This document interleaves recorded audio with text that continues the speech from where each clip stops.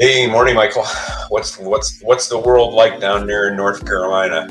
Morning, Norm. We got some thunderstorms overnight. I woke up and saw the lightning flashing through the windows, and my dog decided that she's now afraid. So the whole bed turned into just a vibrating mess. But good. Nice spring, cool morning. How are you up there in New Haven?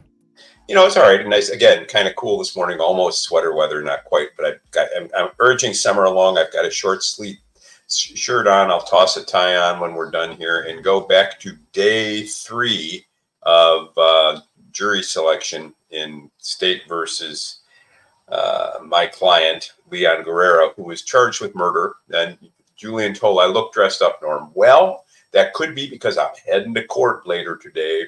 It's not a t-shirt and jeans kind of day. We're in day 3 of jury selection. We hope to. It's unlikely we'll finish picking the jury this week. We've got the juries. We've got evidence set to begin late in May, and off we go. I'll tell you, I love individual. I mean, I have a deeply ambivalent. Let me just be that way. I have a deeply ambivalent relationship with jury selection in Connecticut. On the one hand, it's like watching ice melt because you question jurors one at a time out of the presence of the others, and it takes days to pick a jury. On the other hand, you get a pretty good insight into who the people in your community are, and it is stunning to me just how checked out people are. Just how little attention they're paying to the news and how little they at least confess to using social media, and how little television gets watched. Frankly, I feel much better. My wife and Let I me have ask been you this, Norm, because you've said this a couple of days, and I know you're trying to kind of string the theme, but is it perhaps possible? Maybe not perhaps possible. Do you take that as in earnest that people really don't pay attention to the media, or perhaps are they embarrassed about an addiction to their devices that they don't want to cop to? great question, and I'll never know. I mean, voir dire is, they're under oath to tell the truth. We're not hiring investigators to check out whether, in fact, they are.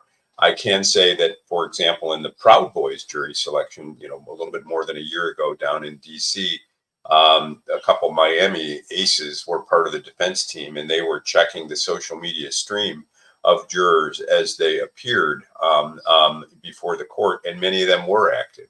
So, great question. I don't know, and maybe it'll inform some of the questioning we engage in today. Challenging people. Is it really that little, or isn't there a little bit more? But I am curious about the topic because I wonder how we make a sense of community, of shared values, if we don't have shared sources of information, and don't have an answer to that. Just ask them Um, what type of device they have, right? What kind of phone do you have? What kind of mobile device do you have? Yeah, there's only so much I really want to know in the end, at least about how people are consuming news. Interesting news, nationally. I know we don't have it listed as our topics, as one of our topics, but I kind of held my nose and chuckled, but couldn't help read some of the coverage of the Trump Stormy Daniels trial yesterday. Apparently, Stormy got on the stand and said a little bit more about her doings with Donald than made Judge Merchan comfortable. Apparently, we now know about the missionary position in spanking with a magazine. And Merchan said that was more information than the jury needed. The defense responded with a mistrial motion. I don't think the mistrial motion will be granted. I expect a robust cross-examination of Stormy, but feel very demeaned by the process. Whatever Trump did with respect to his financing of efforts to keep to keep Stormy silent.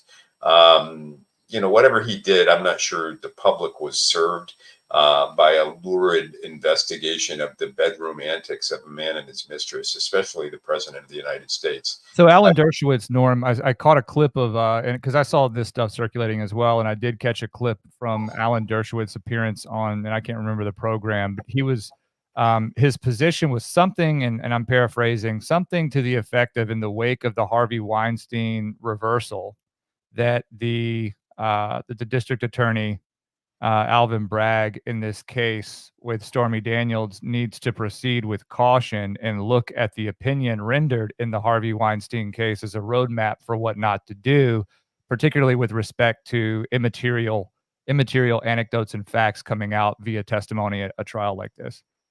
Yeah, I have a lot of respect for Alan Dershowitz. Certainly, he's been around forever. He's a brilliant mind. I think he was tenured at Harvard, just out of law school. I mean, that's unheralded. But I think that the Weinstein case, to the degree that it focused on lurid details, it arose in the context of uncharged misconduct. That is the sort of conduct from people whose claims weren't actually before the court to be litigated. They were evidence about special characteristics of crimes, and the court concluded that this uncharged misconduct was unnecessary in Harvey's case. I would agree with Dershowitz that the salacious details of Stormy's assignation with Donald are unnecessary in this case, but they're of a different class and a different characteristic than the uncharged misconduct in the Weinstein case. And I can also imagine a justification for offering it in the following form. Trump may have decided to deny that there was any assignation with Stormy at all, in which case the particular details mattered. I think Mershon probably mishandled this area of the trial. He should have placed greater limits on what was and wasn't admissible. It may be that Trump's lawyers did not move in limine to preclude it. It may mean that Bragg took some unnecessary risks. It may mean that Mershon just was surprised by what he heard. I remind viewers that when appellate courts review the evidentiary decisions of trial judges, they do so under an abuse of discretion standard, and that's a very forgiving standard. So even if Judge Mershon erred in admitting this evidence, I think that's likely a forgivable error. But let's see what happens. And I gather she'll be cross-examined today. There'll be a hot time in the old town tonight. But I don't think that's quite what the writers of the song had in mind. And frankly, that song pertains to Chicago. Those of us who went to school in Chicago remember being taught the following song: one dark night while we were all in bed, a fire in somebody's shed. The next thing you know, fire, fire, fire, and there's a hot town, the old town tonight.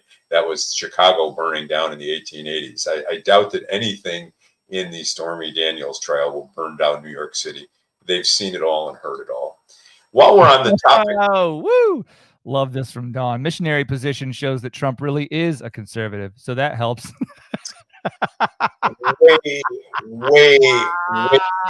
way too much information, Dawn. You weren't ready. Way too much information. I guess I betray myself to be a geriatric prude. I just am uninterested in the details of other adults' sex lives, and find the information to be unrevealing in any way that enriches the republic. What passes in terms of intimacy between adults is intimate and private, and I find it somewhat demeaning to have this stuff broadcast to the public at large. It just doesn't do anything for me. Or to use a word pregnant with meaning, it doesn't titillate me. And I know I'm a guy. I said it. So there you go. Fani Willis. It doesn't get you all Nathan Wade, does it? It doesn't actually. I mean, but anyhow, let's go back to Georgia. There should be Fani Willis, or Fani, as her dad would insist we call her, a prosecutor who herself got involved in an assignation with one of her subordinates, Nathan Wade, while they were investigating and while they were the primary investigators in the state of Georgia versus Trump et al. This was outed, as it were. Evidentiary hearings were held. And Willis did deny the assignations. Wade was discharged from the case. I think the court gave the prosecution team a choice. One of them had to go. But here's the problem, as I recall it. The Judge McCarthy, talked about there being an odor of mendacity about Willis's testimony. In other words, he accused Willis of lying while saying there wasn't sufficient evidence of impropriety to disqualify her. Trump's lawyers sought permission to take an appeal. McAfee granted it, and now the preliminary appellate paperwork has been filed in the Georgia Court of Appeals. I think that she should be disqualified, and I think she should be disqualified because significant questions have been raised. Indeed, a judicial finding has been made that she had lied, in effect, in her testimony before the court. I don't know what else odor of mendacity means. It's not a new cologne. It's not a new aftershave. It's not a new feminine hygiene product. When a lawyer takes the stand and the court looks at that lawyer's testimony and says there is an odor of mendacity, that's basically saying I have good reason to believe that you violated your duty of candor toward the tribunal. And I remind our listeners, I know that we have a lot of cynics here. And I imagine comments, oh, you expect honesty from lawyers. You're so naive about the courts, this, that, and everything else. Yes and yes. There are rules of professional conduct. And among the bright line rules are a duty of loyalty to your client and a duty of candor toward the tribunal. When a lawyer makes a factual representation to the court is entitled to rely on it. And thus, if you are in litigation before the court and a close question of law comes up and you've got 3 cases supporting your position and you're aware of 2 that don't, you're obliged as a matter of professional ethics to bring to the court's attention those cases that do not support your opinion. A lawyer can argue his client or her client's perspective. A lawyer can even argue issues that are contrary to existing law if they have a good faith basis to believe the law should be extended excuse me, in the direction that they are urging the court to take. That's all fair game. But what lawyers never do, what lawyers are never supposed to do, is lie to the court. And this is especially true of a prosecutor. Especially true of a prosecutor in a high-profile case seeking to take down the President of the United States and his colleagues in a matter as contentious as their conduct during the 2020 post-election season. So what we have, apparently, is a minister of justice in the form of Fani Willis, who is expected to strike hard blows but fair blows, who has been found by the court to have engaged in misconduct, who has been found by the court to have been less than truthful. How can she serve as the face of this prosecution? To my view, it's a no-brainer. I think she should be referred for professional discipline to an independent fact finder that will conclude one way or the other, perhaps, as to the odor of mendacity. Did she violate her duty of candor? And if she did, what should the consequence be? I've defended many lawyers over the years in challenges to their law license, and I've always viewed a candor toward the tribunal charge as a death penalty blow. A lawyer who has been found to lie to the court loses their effectiveness in a courtroom because it's sort of like the ChatGPT problem. You file a brief with the court saying the law is that circles are square. And here's the cases that support it, and the court learns that there are no such cases. How is the court ever to trust a brief that lawyer writes again? So I'm relieved to see that Fani's case has gone up on appeal. I suspect she'll have difficulties. We do. Yeah. Our guy A.R. Hoffman, writing for the New York Sun, publishes what I have on the screen at the end of his article, stating, quote, "If Miss Willis is disqualified, a law passed in 2022 mandates that the executive director of the Prosecuting Attorneys Council of Georgia pick a replacement. That could take months and push a trial far beyond November's presidential election," which is really what I brought this up to highlight as well, is that, there is again, engaging directly with the substantive merits. The Court of Appeals has agreed to Trump's legal team's request to hear this issue. They've got 10 days to actually file that notice of appeal and supporting documents. So I'm sure that they will do that probably today or tomorrow. I don't know why they would wait any longer. But ultimately, the probable consequence coming from the Court of Appeals agreeing to hear this issue is that this case, like the classified documents case and what we talked about yesterday with Jalapeno Jack, is that this is not going to be adjudicated in advance of the November election. Well, I guess call that a victory for Team Trump. Hey, by the way, did he really say when in Donald Trump, that is, did he really say in Merchan's courtroom or in response to something said in Merchan's courtroom when he was warned that further outbursts could put him behind bars, give me liberty or give me death? Did Donald really say that? I have no idea. I didn't see or read that. I thought you were going to say that he gave him the, the suck it symbol, right? Like a 1998 fifth grader. Well, we got two choices. We can do we can do the TikTok suit or the exclusionary rule to drone searches. Which would you prefer, Mike? I know you've been wanting to talk about TikTok for a couple days. Maybe we should. Yeah. Well, I actually am really interested in talking about the exclusionary rule as it relates to civil proceedings in the Fourth Let's talk Amendment. about that then. Yeah. So this came out, I think May 3rd. The Supreme Court in Michigan finally issued an opinion, and the procedural posture in this case can be a little confusing. The case actually is probably 17 years old at this point. So a brief recitation of the facts for the viewers here, Norm. The couple, Todd and Heather Maxon, have about 5 acres of property, and they were keeping what were classified as junk cars on their property in violation of a zoning ordinance, which is essentially a nuisance law. Well, it's not a nuisance law, it's a zoning ordinance. There was also a nuisance law implicated. And then apparently they entered a settlement agreement in 2008 with the Long Lake Township to not add any more cars to that sort of junk lot on their property. According to the briefing and the factual history here, the Maxons then decided to just simply move more cars onto their property, but obscure their location, move them further away from the road. Different people reported back to the township that more junk cars were making their way onto the property. And so the township engaged the services of a private investigator who used drone surveillance footage on 3 different occasions to indeed confirm that the Maxons had added additional junk cars to the property and had situated them on the property such that they couldn't be necessarily seen in violation of that nuisance and of that zoning ordinance.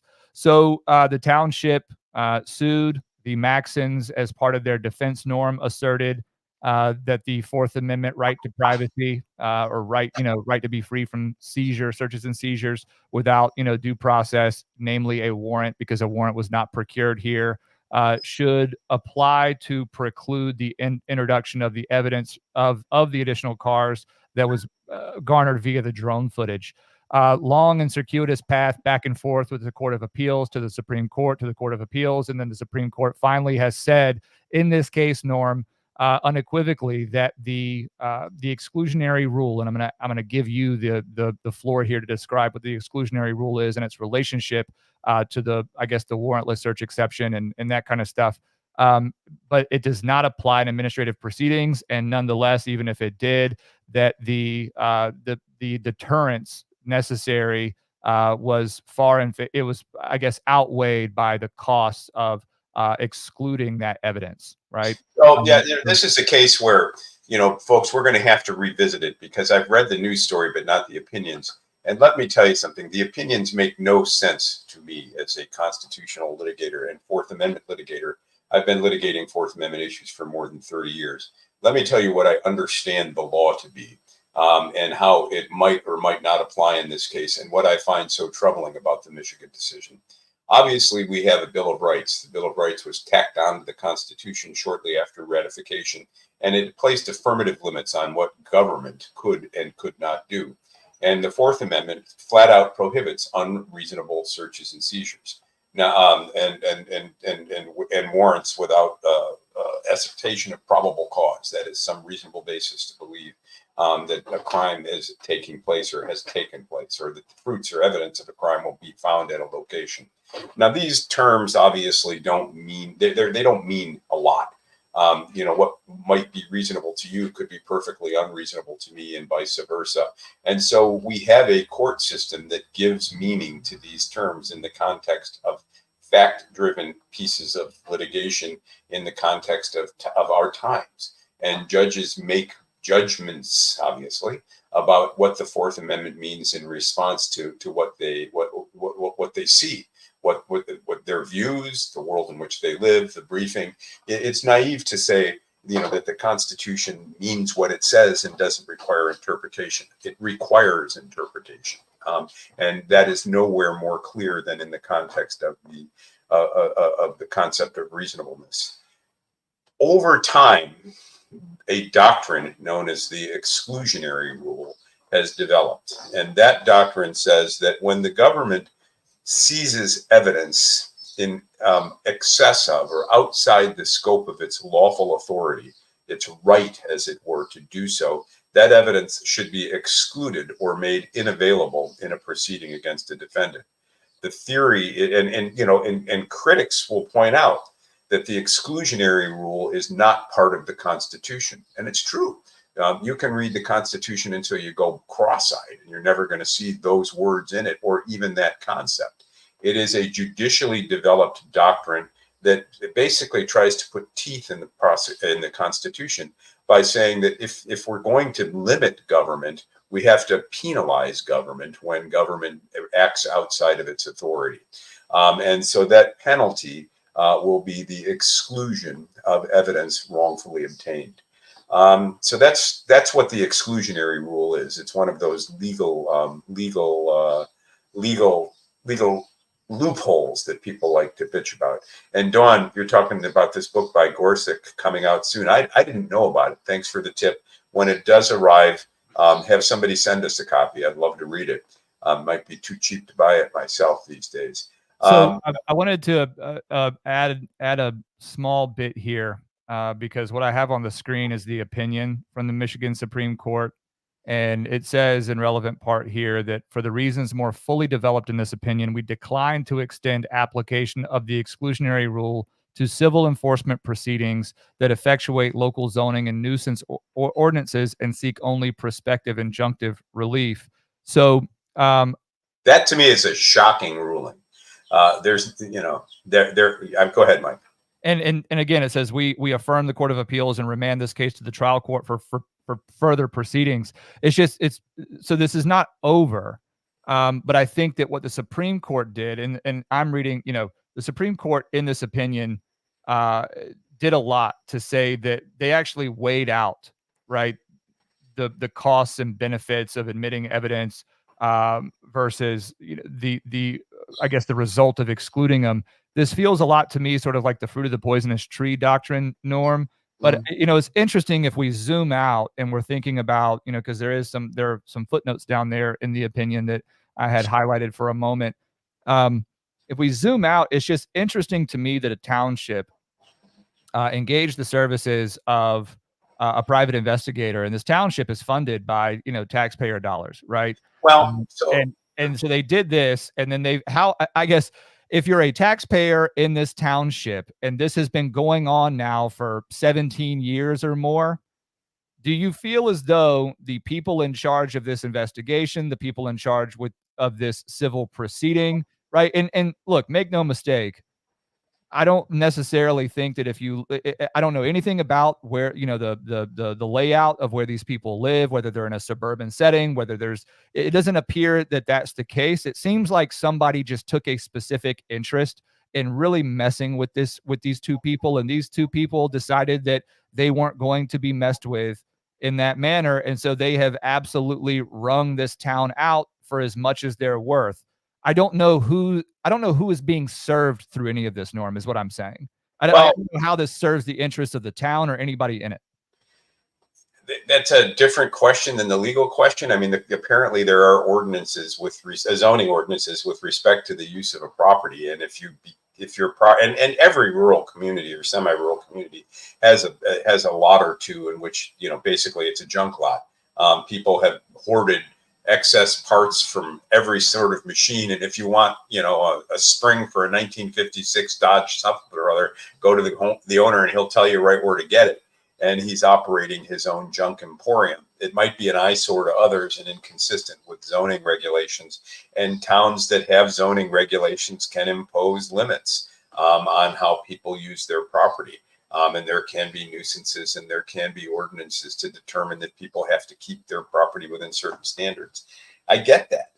And accept that. I think that in this, what interests me is the constitutional question, and I can't recall the name of the case, but let's talk about Fourth Amendment rights. The primary case that Fourth Amendment rights are examined under now is called United States versus Katz, and basically it says that the Fourth Amendment protects persons, not property. Katz, K-A-T-Z, not like not like the animal. Sounds like it, but not the same thing. But we have a reasonable expectation of privacy in the area around us and our homes, and that extends to the curtilage of our homes. So we have a reasonable expectation of privacy, one that society is prepared to honor in our homes, and then in the area immediately surrounding the homes. What do you do in the case of aerial surveillance? What surprised me in the Michigan case is that, and I can't recall the name of the case, I tried to look it up before the show and couldn't find it, but there is a case where a community used an airplane to fly over a property, and it detected on that property a shed containing marijuana. And and on the strength of that observation, it got a warrant, searched, and seized the property. The homeowners contended that that this violated their privacy, their reasonable expectation of privacy, and the court held no, it's not reasonable. Overflights are possible, and while curtilage is the area immediately surrounding the home, it doesn't extend infinitely into space. Commercial airliners and everything else fly, and we can be observed from afar and from above. It seems to me that a municipality's use of a drone is an extension of that rule. Now, it may not go quite as high as a small airliner flying over a home, and it may be that the court wants to draw a line there. But it seems ultimately very clear that this is state action, and that the state used a private entity to search a property aerially, and that the aerial search doctrine should be used to evaluate this. The notion that when the state searches, the evidence cannot be excluded in an administrative context is to me shocking. And that's what should rocket docket this case to the United States Supreme Court. Because when we have an expectation of privacy that the Fourth Amendment is prepared to protect, and it's in an administrative context, I'm not sure that it's any less an expectation of privacy. Thank you for saying that. That was what I was wrestling with when I was reading about this case this morning and reading what I could of the opinion in the syllabus, is that it does seem as though there is a clear distinction being made here, even at the Michigan Supreme Court level, between sort of the value of the Fourth Amendment right to privacy, just depending on the context of the proceedings at bar, right? And I don't know that that's an appropriate way to analyze this, and I certainly don't think it's appropriate in the context of someone's property rights. I mean, these are among the most sacred of the rights that are recognized in our Constitution. Well, it seems to me they are. And, to say that we have a diminished expectation of privacy in an administrative context might mean one thing if you're in a regulated profession. Sure. And I'm thinking about there are limitations on one's Fourth Amendment right to privacy, for example, in the context of being a retail alcoholic beverage permit holder, right? So I could rattle stuff like that, but we're not talking about that. We're talking about private citizens on their residential property and what they do with it, and then their rights being reduced based on the form in which a proceeding is brought and based on the type of relief being sought by the petitioner or complainant. Now, this case bears watching because there is a lot of criticism in the legal academy, usually from the left, about the exclusionary rule as permitting too much to be outside of government's reach.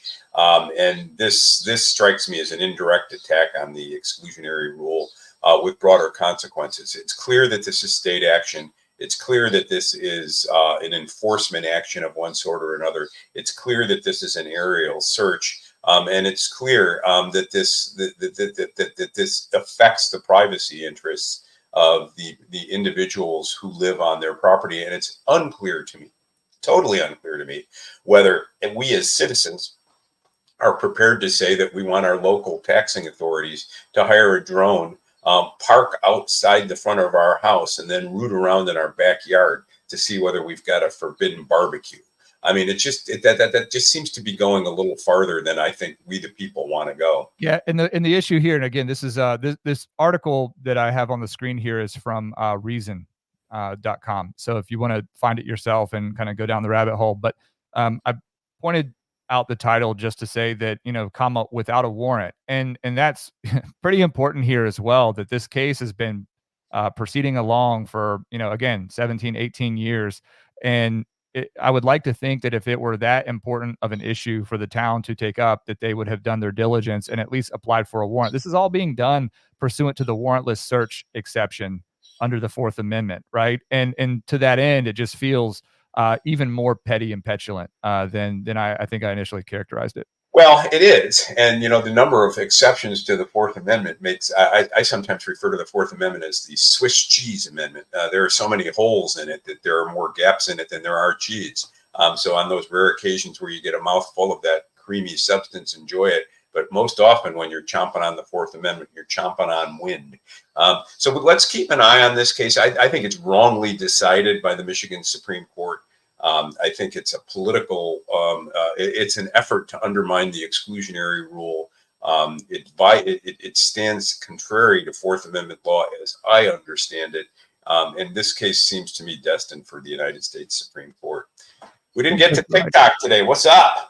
Yeah, so our boy Merrick is the defendant in a lawsuit brought by ByteDance, TikTok Inc., suing, challenging the constitutionality of what has become, I guess, part of that broader $95 billion aid package for the Ukraine and for Israel, and then also to divest TikTok of its foreign ownership, a la the CCP. And it's interesting, you know, I sent you a tweet yesterday, and maybe we're really just teasing this more than we are actually unpacking it. But I sent you a post yesterday that I wanted to share, and for two reasons. One, if you are on X and you do not follow at Adam Townsend, you very much should. And for more than just this reason. But also to say, you know, he has a proposition, you know, he points and laughs at a lot of the things that we in America are dealing with right now in the grand scheme, you know, the issue of the southern border and immigration, inflation, et cetera. And he says in jest, you know, banning TikTok fixes this. Right, as to say that, hey, we don't have our eye on the ball. He says, quote, I was a huge advocate for banning TikTok or forcing ownership transfer in 2018, 19, and 20. There was way more reason to kill it back then, as I wrote about extensively at the time. But since then, it's hit escape velocity, and the animating intentions of the current ban are pernicious, and the bill will be imperceptibly, then violently shifted to attack anything hostile to the incumbent paranoid regime, an unstable political regime, just to make sure we got it there. And he added a graph, and I'm going to put the graph here on the screen that shows the influencer, Gen Z's favorite influencer platforms between 2019 and 2023. And you will notice this teal line, Norm, is TikTok. And you can see that it was less than 4% just 4 or 5 years ago, and it is now the leader at 35%. So what Adam is saying is that there is far more of a geopolitical sort of power game being played with the banning of TikTok or the forced divestiture, as I've said, than sort of the Fourth Amendment guarding the online privacy and safety of its 170 million users. The game that's actually being advanced here, and I realize that you can't see the bottom of the graph there, just to see how stark the growth is for that. The game that's being played here truly is one of algorithmic magic, right? Who has control of that thing that can shape the way that people view and consume, and I guess shape the contours of how they engage and talk about certain issues du jour, right? Well, I look at this with a sense of marvel. I mean, my demographic sense is poor, and my sense of the electronic world less so. Be very interested in reading a thoughtful overview of this topic, and anybody that's got a recommendation, pass it along. Let's talk more about the suit against TikTok later, independent of what Townsend says. I know that you and I have had some disagreements about it. I certainly am looking to learn more from you about the significance of TikTok in our time. But today is not the time to do it. No, you know? well, and this was docketed on Tuesday. And just so everybody can kind of see, I've pulled up, I'm using my own Pacer account since, you have to kind of do your own thing in this day and age with so many people reporting on things that they don't want you to read for yourself. So the petition was actually filed on the 7th. The clerk has set a bunch of deadlines for early to mid-June in this. Including the timeline for the DOJ, a la Merrick Garland, to actually respond and to get all dispositive motions. And who is it that filed that suit? Oh, this is TikTok Inc.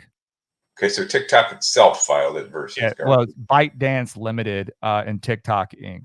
And who's representing TikTok Inc.? I'll get that information. It's on a different page. I don't want to navigate away at All right. the moment. But all right, folks. We've talked our way through another half an hour of your life, or actually 36 minutes. We got a copyright strike yesterday, or not a strike, but we weren't monetized because we used somebody's music in error. Sorry. We were monetized because we got a beautiful tip yesterday from Mr. Right. Justin Wright. So, we're all right. We continue to count on your support. We hope it grows. We'd like to make this an independent site, independent of our practice of the law. Let's see. Sue, Norm, love seeing you in the morning. Sweetie, I want so bad to come clean the room you're in. Well, me too. Ooh. Oh, man. We've got a lot of people here in North Carolina tuning into the stream. I think we realized this morning that Daisy Girl is in Randolph County.